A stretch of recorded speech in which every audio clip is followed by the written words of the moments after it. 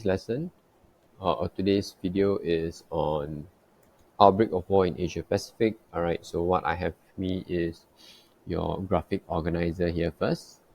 All right, so let me just introduce to you to what's on the canvas. First up, you have the different Japan's expansionist foreign policy, right, where you see if you have questions regarding what was it that prompted Japan to be expansionist in the first place, what prompted them to be aggressive, okay, you have a few reasons here.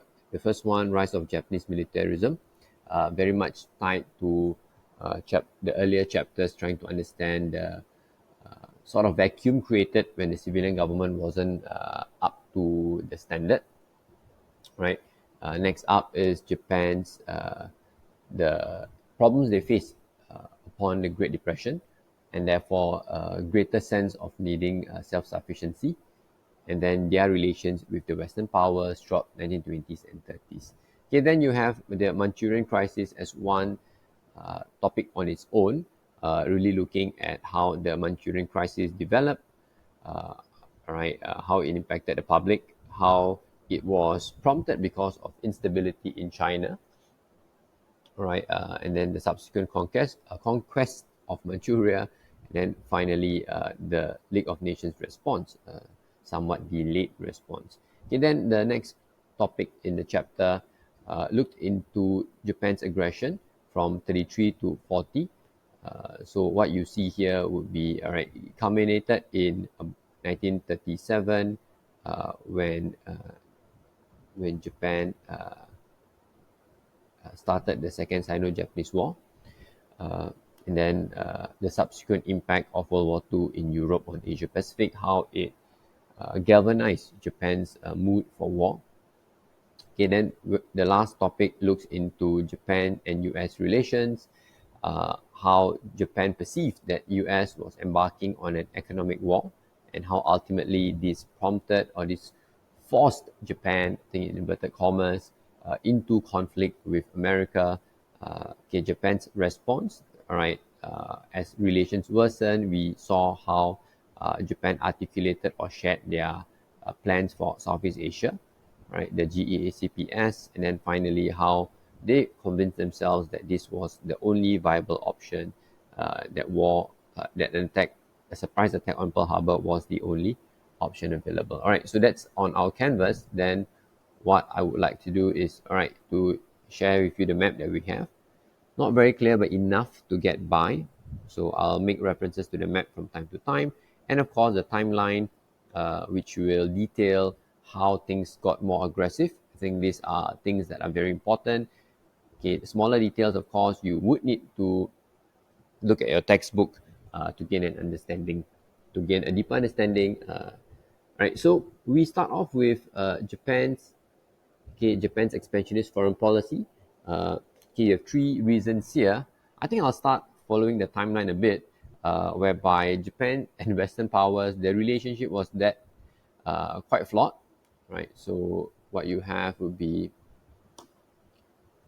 so Japan and Western powers, okay, it started, they had pretty good relations with Britain in 1902 because of the Anglo British alliance, and then but relations with Russia was best represented with the Russo-Japanese War, and throughout the subsequently from World War One, things were not so smooth. So one event you had would be the Paris Peace Conference, where Japan actually made the request that there would be a racial equality clause inserted into the Paris Peace Conference, reflected in how things were being dealt, but of course it was denied.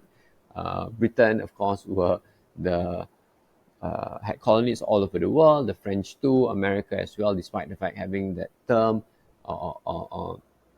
in their constitution where it read out all men are created equal, blah, blah, blah. Right, but those are just words that I don't think the American leaders even actually truly believed in. Right, so this was not good, but again, you don't jump and say, 1919 Paris Peace Conference, therefore they were angry, 20 years later they attacked Pearl Harbor. I don't think that it works that way. Washington Naval Conference, I think You should know this would be another example of relations not being great. It was disarmament facing, it was a disarmament conference, therefore the ratio was 5:5:3. Japan only received 3 in tonnage in terms of what they could build. The rationale being that this was the number of ships possibly needed in the defense of Japan. And Japan, since that Japan is smaller, they don't need as many ships as Britain and US for that matter. But of course, the way the Japanese saw this as a scheme or as a trap to keep the Japanese Navy always smaller, right? The Japan was represented by the civilian government at this point of time at the conference. Okay, that was not intended. Right, so next up is rise of Japanese militarism and Great Depression. Well, I'll talk about Great Depression and Japan's search for self-sufficiency, and because all these things work together to kind of explain to us the rise of Japanese militarism. So Great Depression, I think it's been something that appears quite a fair bit. 29, right, Wall Street crash, and because of that, Japan's Great Depression and self-sufficiency, it's here.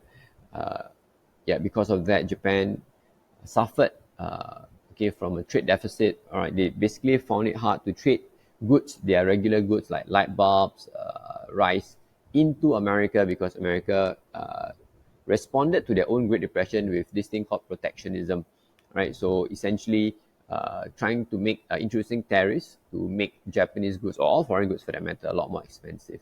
Okay, so Japan suffered. All right, people's income dropped, unemployment grew. Okay, the usual implications of economic recession, right? So this actually then provided the cool conditions, or provided the favorable conditions for the military, the Kwantung Army in 1931 to actually then attack Manchuria. So I'm jumping a bit here. Reason being, I wanted students to see the connection between the Great Depression and invasion of Manchuria. Should that ever be asked as a question as to what were the motivations for the invasion of Manchuria, right? You could look at the invasion of Manchuria as a means to actually resolve the Great Depression in a way, but it also is an extension of Japan's ambition. Right? They attack Manchuria because that is part of their long-term policy of wanting to expand, make Japan occupy a bigger space. Okay, so I'm going to backtrack a bit, right, and also mention that Japan and Western powers. The other thing we have is the London Naval Conference. The second bite, this time around the ratio improved, sort of 10:10:7, but still not pleasing to the military leaders who wanted minimally parity, an equal amount of ships that they could build. So all in all, the London Naval Conference, the Washington Naval Conference, Paris Peace Conference, all were experiences that left a bitter taste for the Japanese people. All right, and then you also have the Great Depression, also emphasizing how Japan's interest needs to be protected by themselves. Okay, and these events or these issues actually prompted or led to the invasion of Manchuria, right? Which then, subsequently, when Inukai, I'm revising a bit of what we learned from the previous chapters, when Inukai criticized the Kwantung Army's decision, then Inukai was assassinated, and this is the May 15 incident, Inukai's assassination. All right. Subsequently, the emperor decides to call for a state of emergency and then introduces a military cabinet. Okay, it's quite easy to remember. May 15-member military cabinet, 10 of whom were military leaders. Okay, so it's not literally a fully military cabinet. It's 10 out of 15. I'm just gonna put that 10 out of 15. Now it looks like we are setting for a test. So all in all, this actually, to me, best captures the rise of Japanese militarism. That last bit about okay, the assassination of Inukai. Really, it is the uh, it embodies this spirit of Japanese militarism. Basically, the civilian government trying to push back on military going pretty much on their own here, and then immediately realizing that they can't do it because the League of Blood actually went to take matters into their own hands, and the League of Blood is sort of like a half civilian, half military kind of organization who, yeah, they represent the spirit of militarism. They represent how the citizens of Japan definitely appeared to favor the military over the civilian leaders. Okay, so the Manchurian crisis itself. Okay, moving on to this. Uh, some things we, of course, can identify would be that there was strong support by the Japanese public during this point of time. We watch the examples of people putting tanks and airplanes on their kimonos, on their costumes, right? The newspapers showing uh, widespread support. Okay, the Japanese people were relocated into open spaces in Manchuria. This was because of the instability in China after the assassination of Chiang Kai-shek. It actually, which was done by the Japanese Kwantung Army themselves. It actually prompted a lot of instability because Chiang Kai-shek's son did not want to continue with how his father had been someone who collaborated with the Japanese, to put it mildly. Okay, so all in all, the instability prompted the Kwantung Army to take matters into their own hands to introduce full-scale Japanese control, which is the conquest of Manchuria. I think we are familiar with the Mukden incident, right? The Mukden incident, really you see the Kwantung Army setting explosives near the train tracks that the Southern Manchurian Railway, which they themselves own, okay, as an excuse to say that, oh, Japanese interests are being threatened, therefore it was imperative that they bring in troops to stabilize the matter. Okay, the response of the League of Nations, this was in 1931. It took about 11 months for the Lighten Commission, all right, to do something about it. Yeah, my pen is not working. So the Lighten Commission took way too long, right? Further showing the weaknesses of the League of Nations. You can easily use this as an example of how the League of Nations, they were not well staffed, took too long, and by then the Japanese already like relocated, renamed Manchuria, and then told Japan that they have to leave Manchuria, and then all the punishments should Japan fail to do so. Japan promptly left the League of Nations after the sanctions that they wanted to introduce could barely work. Japan wasn't regularly trading with Britain and France and the other key members of the League of Nations. Japan primarily trades with America. America wasn't part of the League of Nations, therefore America would not have participated in the sanctions. Furthermore, even the trade with America wasn't on a high or anything like that. Okay, so we move on, mindful of taking too long.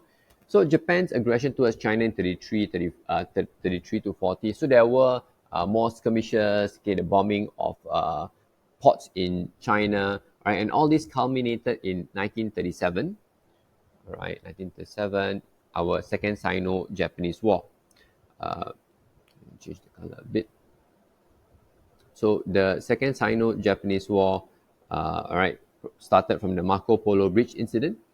It was a very haphazard war, meaning Japan's military didn't take full control of the war. Okay, wait.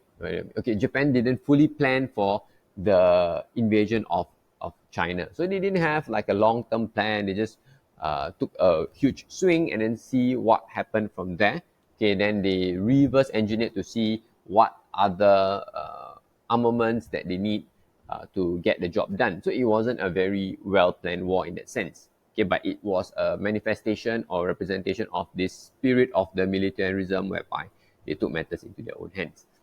All right, so the war didn't go very well, and of course, you will see a very clear connection between how as the war progressed, relations with America deteriorated, right? So, okay, what we see here, right, the Second Sino-Japanese War. One of the punishments that America introduces, so as part of U.S. economic war on Japan, you see several things that happen that demonstrates this economic war. One is the end of the most favored nation clause. Basically, Japan enjoyed quite good trading relations when times were good.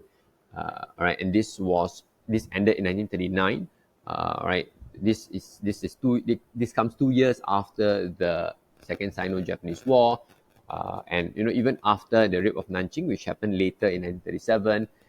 There was very vocal criticisms on Japan, right, over their conduct. So ultimately, this was one of the punishments that was introduced, all right, the ending of the most favored nation clause. And as things worsen, so here on, we really simply see US economic war on Japan in response to Japan's increased ambition. So a lot of things here we can mention. The okay, the outbreak of war in World War II in Europe also meant that Japan now had the formation of the Axis powers. I didn't put it in the timeline. Okay, we saw a bit of the anti-committant pact between Germany and Japan. Okay, and then subsequently the Axis pact where Italy comes in as well. Essentially, also that this outbreak of World War II in Europe meant that Britain and France would be very distracted, very severely weakened by the events that were taking place back in Europe. So, which meant that their colonies, I haven't shown the map for a while, which meant that their colonies were very much neglected. Right. So let's look at the map for a bit. Right. If you don't already know where's Manchuria, right? Let's see. All right. How do I? Okay. Yeah. So this is Japan. Japan is here. Right. So when we talk about the attacks on Manchuria here, they would have renamed Manchuria to Manchukuo. Okay, and 37, they've started to expand into China. All right. So one key thing that happened, of course, would be that when Japan starts to face shortages in this war that they haven't fully planned for, right? They started to look towards Southeast Asia, all right, to fulfill the raw materials that they need, because this was, they were being drained in terms of the resources because of the war, and at the same time, their supplies from America was also dwindling because of the economic war America is facing. So this would mean that places like the Dutch East Indies here, British Malaya, right, Thailand, okay, would be extra lucrative, or they really need to get there as soon as possible to top up their supplies. However, no, sorry, and the timing seemed good because the Dutch East Indies, British Malaya, as you can see in the map, the French Indochina here, they were all very much distracted or severely weakened. For in the case of France and Netherlands, the Dutch, they were defeated by, I would say, 1940.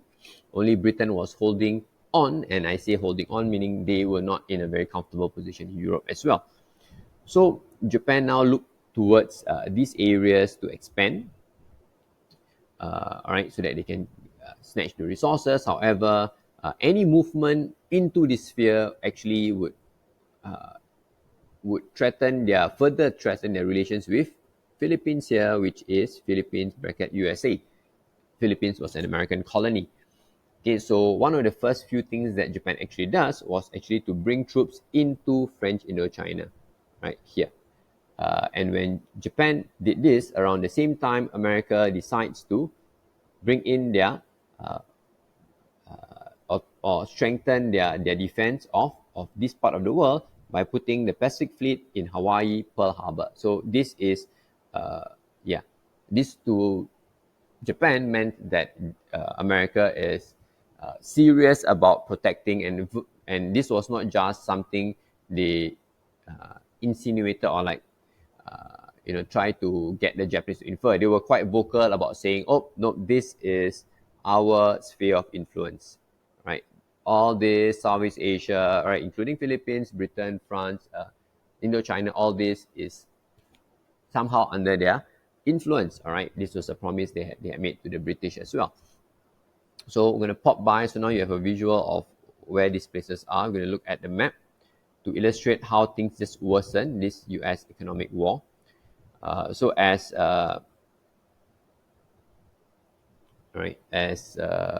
Japan in 1940 starts to place troops in French Indochina, what you have here would be America putting Pacific Harbour on Pearl Harbour. So this is a recent thing, and by the way, I said this before. Pacific Fleet is huge. All right, it's 1/3 of the American Navy. Right, all of America's Navy they have 3 fleets, and Pacific Fleet is simply for the Pacific Fleet is simply for defense of Pacific Ocean, which includes Southeast Asia. Right, so things worsen, and one of the things that happen next would be America introduces the Export Control Act, which severely handicaps or slows down the trade of steel, iron, oil, things that Japan needs. Right, and then of course Japan responds by announcing the Great East Asia Co-Prosperity Sphere, saying very publicly how they want to free the Asians from the colonial powers. Okay, again, this would be indirect threat, or in a way also threatening America, because America is a colonial power themselves. So things doesn't get better from there, right? Of course, the diplomacy continued throughout 1940 and 1941. There were Japanese officials in Washington trying to knock back the deal, but what Japan wanted and what America offered were miles away from one another, right? So what happened next would be the export control. After the Export Control Act, would be the full oil embargo, also known as the ABCD line. Basically, stop any oil for that matter. America alone was about 80%. Then there was some coming from the Dutch East Indies companies and from some British companies. They were trying as much as possible to stop the supply of anything anything that resembles fuel to Japan. And this was one as the culmination of this economic war. Closer from July 41 to the actual date, there were still things that needed to happen. Right, Prince Konoe actually steps down sometime in October. All right, Prince Konoe steps down sometime in October. Konoe was one of the guys who really wanted a diplomatic solution. Right, he was replaced by General Tojo. Tojo himself, as much as he was part of the faction, the control faction, he himself still allowed for some form of diplomacy, but of course with a very short timeline. Right, meaning you can continue negotiations with America, but by then, if you wanted to know the details of this, you can. But basically, again, they were miles apart, and by then, America actually decoded whatever the Japanese were sending to one another. So they know that the Japanese were trying to stall for time. They knew that the Japanese were trying to, the way they were negotiating was not very honest, to put it mildly. Okay, so all in all, it led to Japan deciding to attack Pearl Harbour in 1941. I can go on and on about whether that was a fully successful attack or not, but I think that one we shall save it for another chapter. And then concurrent or somewhat simultaneous attacks on Thailand, Philippines, and the Dutch East Indies just a day later. So I think that's all I would want to say, also because I'm running out of time. So looking at the graphic organizer, we have covered everything. So we are good.